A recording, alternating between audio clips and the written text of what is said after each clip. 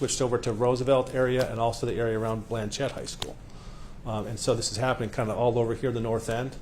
And so Captain Agard has devoted resources to the schools to try to prevent this from happening. Although, as we all know, there's, I believe, at least 20 schools in the north end of Seattle that have kids of these age that are possible victims. So it's hard for us to manage all of those schools.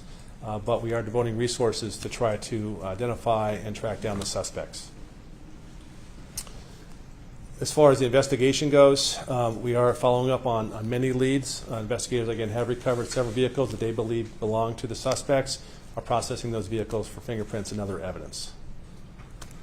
Do you have any sense as to why some of these students are being targeted? Do you have a sense that there's a student in these schools that's saying, you know, these guys have money and they live in a nice place?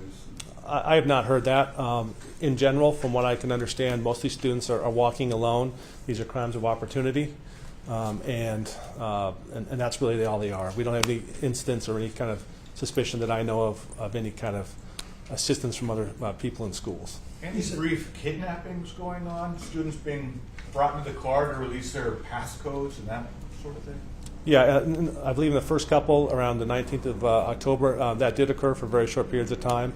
Again, the cell phone doesn't mean much without a passcode, right? And so most of these robberies, the victims are being basically made to give up the passcode to the phones. What communication is going on between the Seattle Police Department and local school districts? And so we are in contact with Seattle Public Schools to get information out how the students to be safe. On Monday of this past week, we conducted an online virtual training, kind of a crime prevention training for parents. And that's the other important part I want, speaking to the parents now. Both Captain Agard and myself are parents. We have to, unfortunately, have to teach our kids that they have to be aware of their surroundings. I know it's very hard to take, especially teenagers, away from their phones and tend to kind of look at their phones as they're walking, put their headphones on, especially after a long day at school. We have to try to get them out of that habit, so I'd ask that the parents really have kind of difficult conversations, unfortunately, with their children to make them understand how they have to be aware of their surroundings. Simple things like, walking against the flow of traffic so you can see what's coming at you as opposed to what's behind you. Walking in groups of 2 or 3 as opposed to just walking singly. And again, not putting up the hoodie, the earphones or AirPods, things like that, and just kind of walking with your head down. Again, the situational awareness, unfortunately, is something we have to start teaching our kids. You said extra resources. What can you elaborate on that? What kind of extra resources are being put toward this? Yeah, so from the North Precinct alone, we've had some of our patrol officers are using some augment overtime to supplement our ability to be around the schools. What about your suspects? With extra patrols in the area, can you tell us where, and is that the mobile precinct, and what does this look like? So we have deployed the mobile precinct to the Ballard area. As far as where, like I said, there's multiple schools that unfortunately we have to cover, and so we're just trying to figure out the best way to put our officers in the right place. Does that mean the mobile precinct was taken away from Jefferson and the Central District and moved over here, or No. are there multiple? There are multiple mobile precincts. Okay, Yes. just wanted to clarify. What about I see a mobile precinct right now actually in the Ballard area, but it's closer to Golden Gardens. Why wouldn't that be closer to the school? We're trying to switch it around. Again, these incidents are happening all over the north end. So there's schools in Ballard, there's schools in Lake City and things like that. So we will try to move it around as best we can, but unfortunately we don't have a great way of figuring out where these robberies will happen next. We're just trying to maximize our area that we're covering. What about your suspects? Are you dealing with the same set of people? Is it multiple people? Well, most of these robberies are at least 2 or 3 suspects. We have not identified any suspects, so I can't give any specifics about who they are.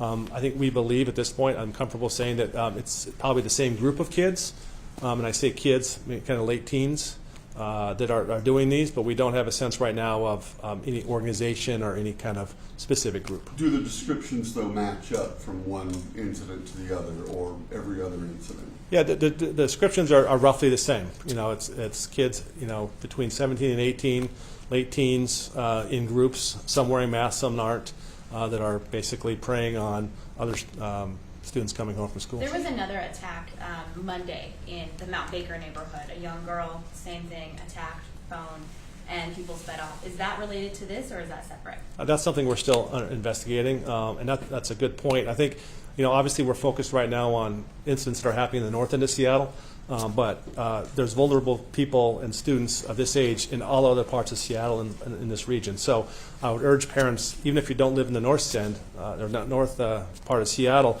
if you live in South Seattle, Magnolia, wherever it may be, please, again, have those conversations with your students, because there's nothing really to prevent these crimes from traveling to other parts of our city. And on what Bridget was just saying, a lot of these parents feel like they've been let That's- out in the dark from the school district. They feel like they're not getting enough information from you all, and they've taken it upon themselves to create a crime map because they don't feel like the information is there, and they're worried that parents who are maybe not active in these Facebook groups, parents who aren't, so in touch with these little community pockets, are going to be left out and not reporting. What do you say to those parents right now? Well, I would echo the concern that there may be unreported robberies out there. Again, that was part of our efforts on Monday with our crime prevention folks, is to kind of get some safety tips for students. As far as the information from the department, I mean, that's why we're here today.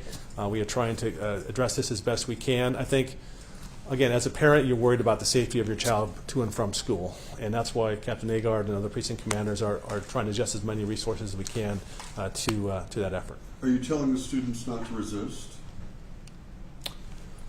That's a difficult question. I think every situation is different. Obviously, if again, every situation is different. It's hard to do all the different permutations of what may happen. But if someone's coming towards you and you have the opportunity to run, I think that's the best option. But generally, resistance, especially when there's there's a firearm involved, is not advised. Do you have any reason to believe that the teens that are doing this are students and they're attacking their classmates?